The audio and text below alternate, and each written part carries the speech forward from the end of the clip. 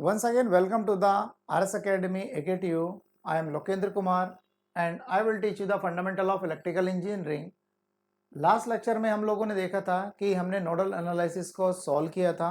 तो nodal analysis को solve करने के लिए हमने जो स्टेप यूज किए थे वो आप लोगों ने याद कर लिए होंगे कि किस किस स्टेप को फॉलो करके हमें क्या करना है, उस अपने न्यूमेरिकल को सॉल्व करना है। तो आज हम एक जो हमारे पास नोडल एनालिसिस के क्वेश्चंस हैं, टाइप्स हैं, कितने टाइप के क्वेश्चन हमारे पास आते हैं, कौन कौन से क्वेश्चन पेपर में आए हुए हैं, वो हम डिस्कस करने वाले हैं। और इस लेक्चर को थोड़ा सा इंटरेक्टिव बनाते हैं, किस तरीके से कि हमने जो चीज की थी उसको हम अप्लाई करते हैं। अब हमने सर्किट को कॉम्प्लिकेट करना स्टार्ट कर दिया है। पहली कॉम्प्लिकेशन क्या लेके आए हैं कि अगर आपके पास सर्किट में कोई करंट सोर्स है तो उसका इंपैक्ट क्या आएगा सर्किट पे। ठीक है, तो सबसे पहले हमें अपने बेसिक को नहीं भूलना है कि हमें सबसे पहले अपना बेसिक अप्लाई करना है। बेसिक में क्या था कि सबसे पहले हमें नोड को फाइंड आउट करना है। तो अगर आप सर्किट को देखें तो आपके पास 2 नोड हैं, 1, 2 एंड 3। इस नोड को हमने ए नाम दिया, इसको बी और इसको सी। सी पॉइंट को हमने ग्राउंड से कनेक्ट किया और उसका पोटेंशियल 0 एज्यूम कर लिया। ए का पोटेंशियल B1 लिया, बी का पोटेंशियल B2 लिया, यहां करंट की डायरेक्शन इस डायरेक्शन में ली and this is downward, this is A to B, this is B to ground. And जिस ब्रांच में हमारा करंट सोर्स है उसमें हमने करंट डायरेक्शन डिनोट नहीं की है क्योंकि एरोहेड शो कर रहा है कि ये करंट आपकी अपवर्ड जाएगी जो बी की तरफ इनकमिंग होगी। उसका मैग्नीट्यूड भी हमें पता है, इसलिए हमने कोई करंट को एज्यूम नहीं किया है। Now apply the KCL at node number A. KCL at node A. Incoming current is equal to outgoing current. तो आप देख रहे होंगे सर्किट में कि I1 करंट जो है वो ए की तरफ इनकमिंग होगी और आउटगोइंग I2 और I3 होगी। तो I1 is equal to I2 plus I3। I1 की अगर हम वैल्यू लिखेंगे तो करंट आपके रेफरेंस पॉइंट से निकल रही है और ए की तरफ मूव कर रही है, तो वहां से 0 पोटेंशियल आपके हाइयर पोटेंशियल पे है और ए का जो पोटेंशियल है B1 वो आपका लोअर पोटेंशियल पे है। करंट आपकी माइनस से प्लस की तरफ बैटरी में देख रहे हैं तो राइज होगा, तो यहां हम लिखेंगे 2 अपॉन ब्रांच का resistance that will be the 2। I2 की वैल्यू जो होगी B1 माइनस 0 अपॉन 3, I3 की value V1 minus B2 upon 1। अगर हम इसको सिंप्लीफाई करें तो एलसीएम आपका 6 आएगा। ये हो जाएगा minus 3B1 plus 6 is equal to 2B1 plus 6 B1 minus 6 B2। तो ये हो जाएगा आपके पास 3, 5, 11 V1 minus 6 B2 is equal to 6. This is the equation number 1. Now apply the KCL at node number KCL at node B।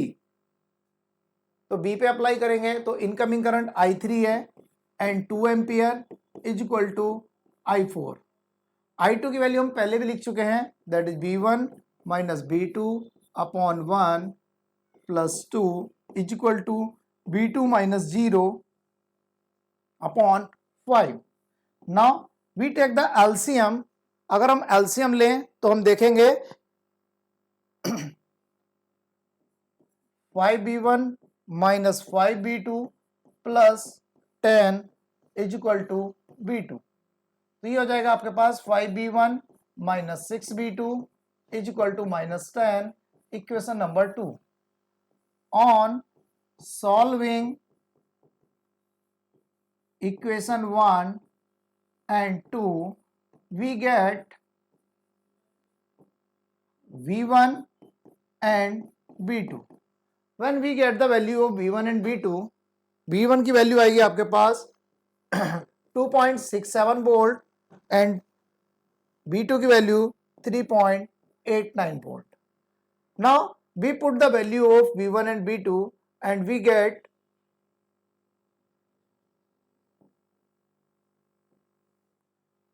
अगर हम I1 में रखेंगे तो हमारे पास I1 की वैल्यू मिलेगी I1 is equal to B1 plus 2 minus B1 है, यानी कि 0.67 divided by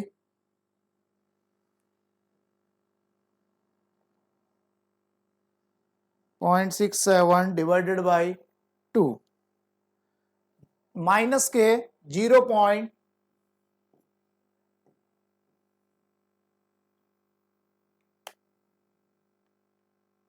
minus 0.335. Now I2 की वैल्यू हो जाएगी B1 बाई 3 यानी कि 2.67 divided by 3 that is equal to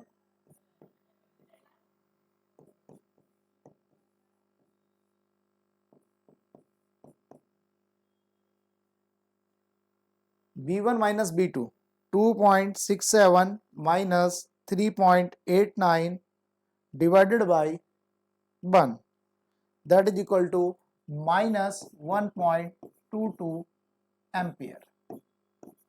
This will be the ampere. And last I4 is equal to B2 by 5 यानी 389 divided by 5 that is 0.778 ampere. उसने कहा था कि आपसे 1 से करंट बताइए कि करंट जो है वो 1 से कितनी है. तो 1 से जो करंट हमारी फ्लो कर रही है वो I3 है, यानी कि ये वाली जो करंट होगी यही आपकी 1 एम्पियर से करंट होगी, यानी कि करंट एट 1 ओम.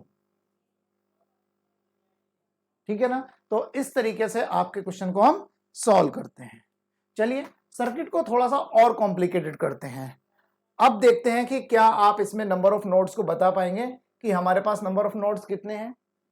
देखिए इस सर्किट में और अपने अपने नंबर ऑफ नोड्स देख लीजिए कि आपने कितने नंबर ऑफ नोड्स एज्यूम किए हैं. फिर मैं आपको बताता हूं कि कितने इसमें नंबर ऑफ नोड्स एक्चुअल में होंगे.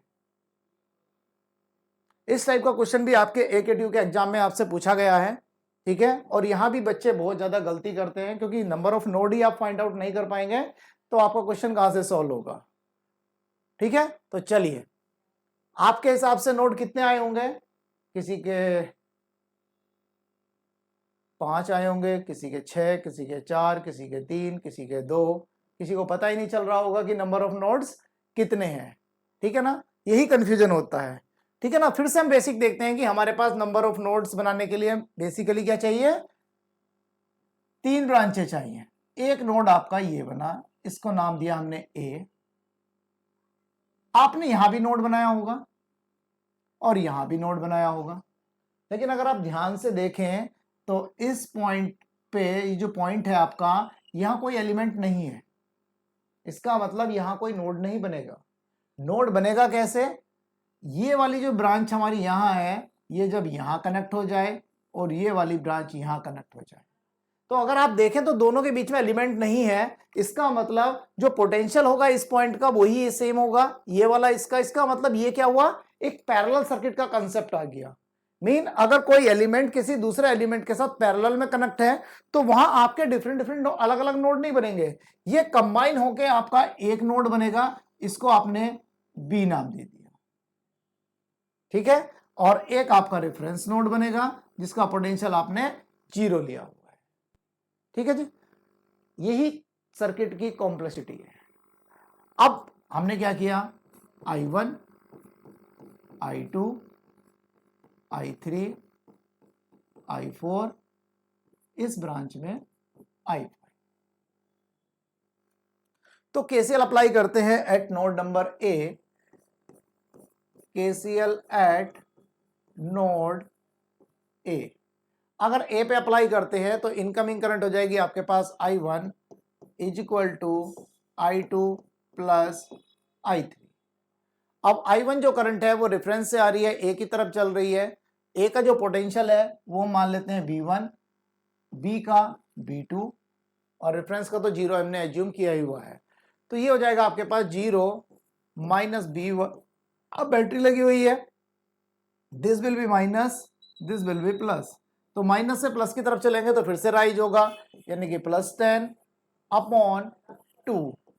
I2 की वैल्यू V1 से करंट निकल रही है, रेफरेंस की तरफ जा रही है, upon 10 I3 V1 minus V2 upon 5।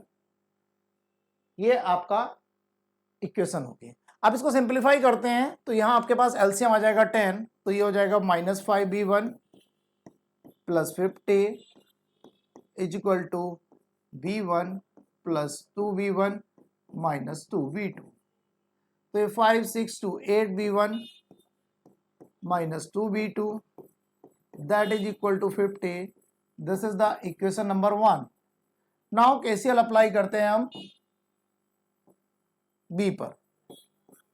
KCL at node B. अब बी पर इनकमिंग करंट कौन सी होगी?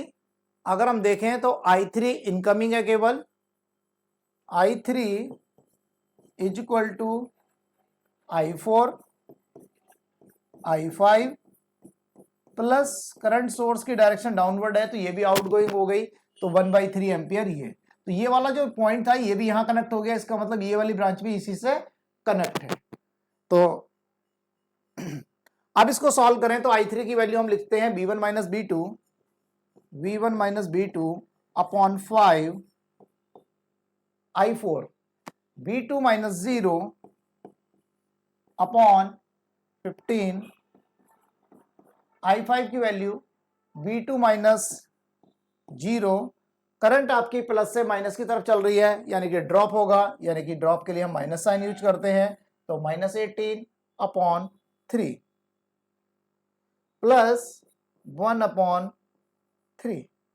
अब अगर हम इसको सिंप्लीफाई करें तो हमारे पास एलसीएम आ जाएगा 15, यानी कि हम इक्वेशन को लिखेंगे 3V1 minus 3V2 is equal to V2 plus 5V2 minus 90 plus 5।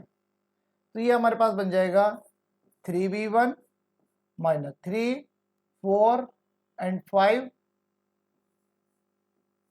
9V2 is equal to -85। This is the equation number 2। On solving equation 1 and 2 we get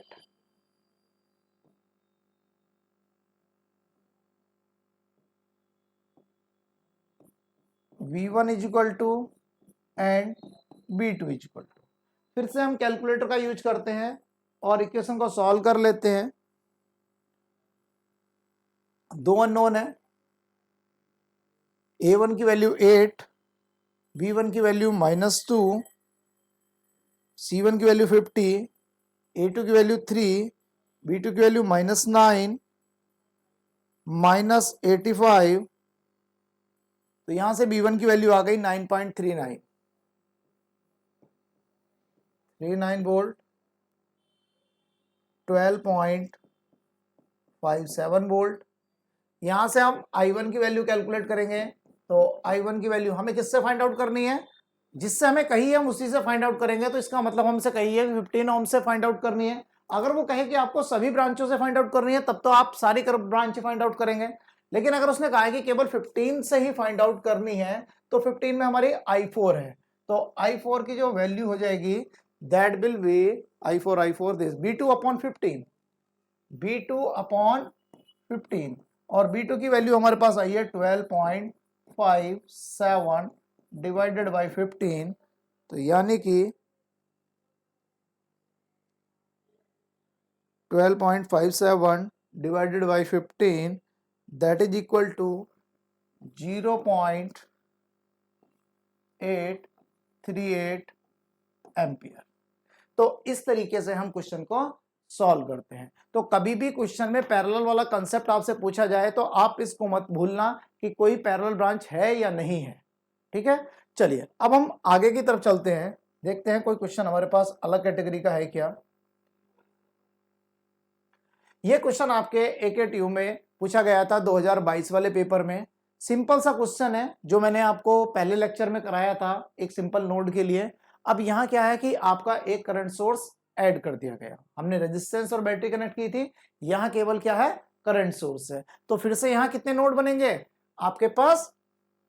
अगर आपको सर्किट क्लियर नहीं है तो मैं आपको एक बार पहले वैल्यू बता देता हूं। ये आपका 4 ओम का रेजिस्टेंस है, ये आपका 8 ओम का रेजिस्टेंस है, ये आपका 2 ओम का रेजिस्टेंस है, ये 2 वोल्ट की बैटरी है, this is plus this is minus, और ये 2 एम्पियर का एक करंट सोर्स है जिसमें करंट की डायरेक्शन आउटवर्ड है। ठीक है, अब अगर हम यहाँ नोड देखते हैं कि हमारे पास नोड कितने होंगे, तो नोड देखने के लिए हमें पता है कि दो ही नोड बन रहे हैं, एक ये और एक ये। इनमें से एक को रेफरेंस कनेक्ट कर लेते हैं V = 0 और इसको ए पॉइंट दे देते हैं जिसका पोटेंशियल मान लेते हैं दिस। एक ब्रांच में करंट मान ले I1, इसमें I2। हमें पता है करंट सोर्स में हम डायरेक्शन को मानते नहीं है, फिर से KCL लिख देते हैं, KCL at node A, incoming current is equal to outgoing, तो इनकमिंग I1 है, 2 एम्पियर का करंट सोर्स भी इनकमिंग है और I2 आपकी आउटगोइंग है। अब अगर हम I1 की वैल्यू लिखते हैं तो करंट आपकी 0 पॉइंट से A की तरफ मूव कर रही है, तो 0 - B1।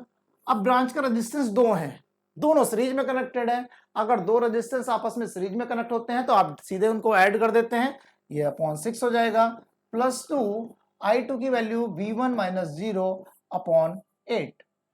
तो यहां से आप इसको सॉल्व करें तो आपके पास एलसीएम आ जाएगा 24, तो ये आ जाएगा -4, 0 - 4V1 प्लस 48 एंड 3V1, यानी कि 7V1 = 48 एंड V1 = 48 अपॉन 7। तो ये आपके पास आ जाएगा 48, 7 ही आएगा ना, एलसीएम आया हमारे पास कितना, 24, 6 4V1 = 3 and 24 48, okay 3 and 4 this, तो ये आ जाएगा आपका 48 डिवाइडेड बाई 7, दैट इज 6.85, 6.8 ही आएगा ना, देख लें एक बार, कुछ तो गड़बड़ नहीं किया हमने, गड़बड़ किया हमने यहाँ क्वेश्चन में बैटरी को छोड़ दिया। इस वाली ब्रांच में एक बैटरी भी तो लगी है जिसमें करंट माइनस से प्लस की तरफ चल रही है, तो ये राइज है तो ये 2 आएगा, और यहाँ एक आपके पास क्या पॉइंट होगा, आपने 4 से मल्टीप्लाई किया तो ये आपका 8 होगा। ठीक है, तो ये आ जाएगा कितना, +8 यानी कि 56, तो ये आ जाएगा 7V1, तो 7V1 = 56 एंड V1 = 56 अपॉन 7, यानी कि V1 की वैल्यू आ जाएगी 8। अब अगर आपको चाहिए क्या, 4 ओम से करंट चाहिए, तो 4 ओम में जो करंट है वो आपकी सीरीज में करंट सेम फ्लो करती है, यानी कि आपको I1 की वैल्यू चाहिए। I1 की वैल्यू आपके पास 0 - B1 +2 अपॉन 6, तो V1 की वैल्यू आई हमारे पास कितनी, 8 - 8 +2 अपॉन 6, यानी कि -6 अपॉन 6, दैट विल बी -1, तो I1 की वैल्यू आएगी आपके पास -1।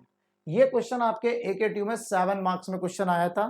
ठीक है, सिंपल सा क्वेश्चन है, 2 लाइन का क्वेश्चन था, आपको सीधे कर लिए।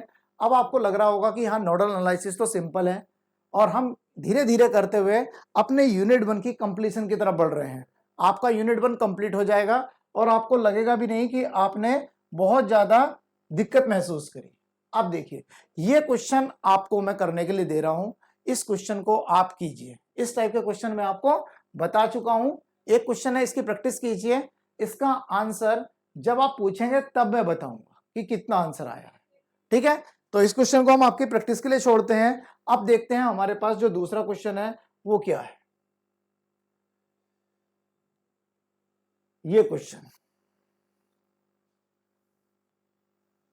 इस क्वेश्चन को मैं करा देता हूं।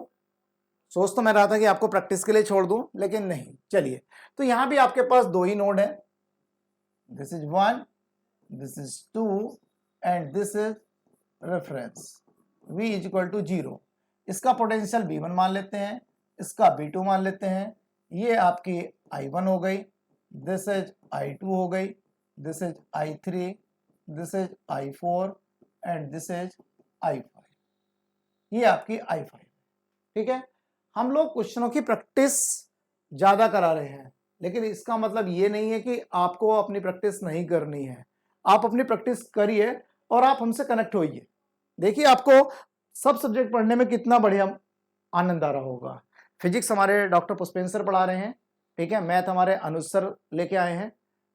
अनुज सर जो दूसरी केमिस्ट्री ग्रुप है वहाँ आपका इलेक्ट्रॉनिक्स के सब्जेक्ट मैकेनिक्स पढ़ाते हैं, और एक हमारे पास आयुषी मैम है, वो आपको basic fundamental of electronics engineering पढ़ा रही हैं। चलिए तो शुरू करते हैं। KCL at node 1, incoming current is equal to outgoing current, तो I1 is equal to I2 plus I3।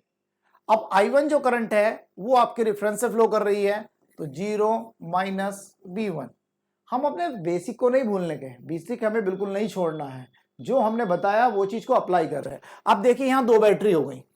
अब दो बैटरी में क्या होगा, यहां से करंट चलेगी तो छोटी प्लेट माइनस से प्लस जाएगी, यानी कि माइनस से प्लस जाएंगे तो वोल्टेज राइज होगा, यानी कि +10 आ जाएगा। दूसरी वाली बैटरी लगी हुई है उसमें प्लस से माइनस जाएंगे तो क्या होगा, ड्रॉप होगा, तो ये माइनस आ जाएगा। अपॉन दो रेजिस्टेंस सीरीज में है, इन दोनों को ऐड किया, 3 + 2 5। केवल क्वेश्चन को कॉम्प्लेक्स करने की तरीका है। एग्जामिनर आपको देखता है कि आप में कितना जो बेसिक्स हैं वो पता है। आप बेसिक्स लगाएंगे, आपका क्वेश्चन सिंपल हो जाएगा। अभी हम जब इसको इक्वेशन को सॉल्व करेंगे तो इक्वेशन आपकी बिल्कुल सिंपल तरीके से सॉल्व हो जाएगी।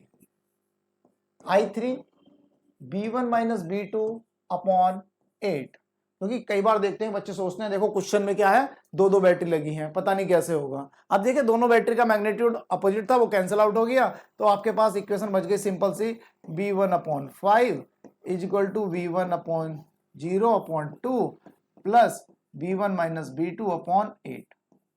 एलसीएम लेंगे तो आपके पास 40 आ जाएगा, ये हो जाएगा -8B1 is equal to 20B1 plus 5B1 minus 5B2, यानी कि 25 33B1 minus 5B2 is equal to 0। This is the equation number 1। Now KCL at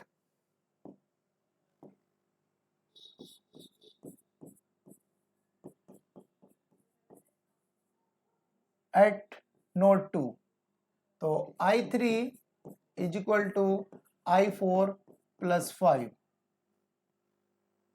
I3 B1 minus B2 upon 8, I4 B2 minus 0 upon 3, I5 B2 minus 0 plus 25 upon 5।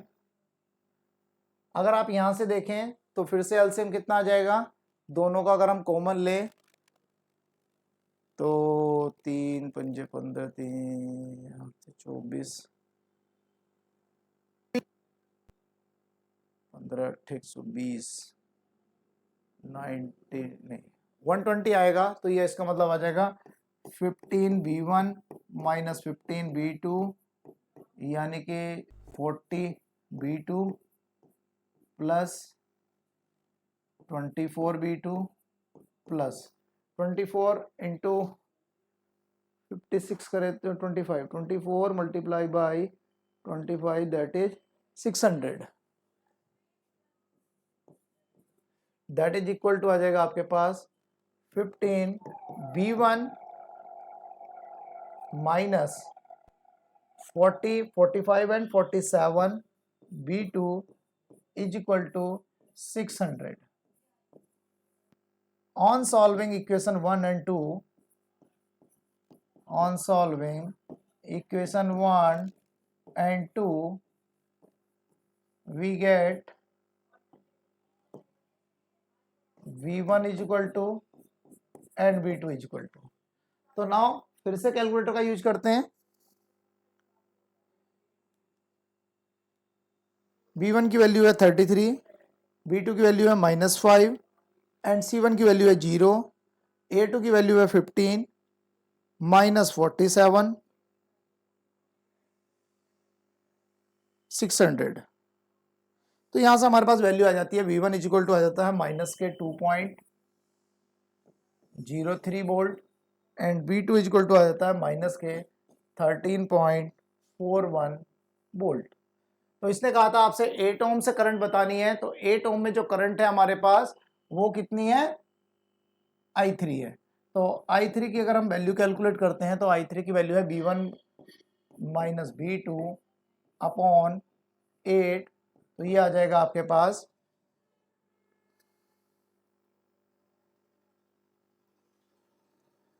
13 minus 41 minus 2.03 11.38 upon 8।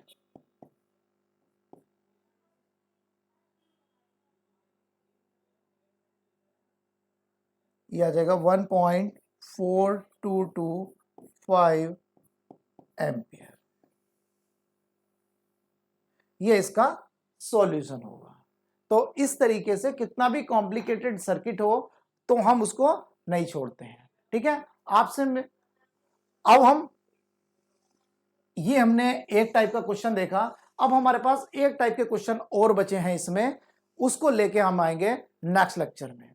तब तक आप nodal analysis और math analysis की practice करते रहिए, ठीक है। और RS एकेडमी को अपने दोस्तों के साथ, जो भी हैं उनके साथ शेयर करें, जिससे आपका जो दोस्त है वो अच्छा कंटेंट, अच्छी क्वालिटी के लेक्चर्स, ठीक है, वो पढ़ सके।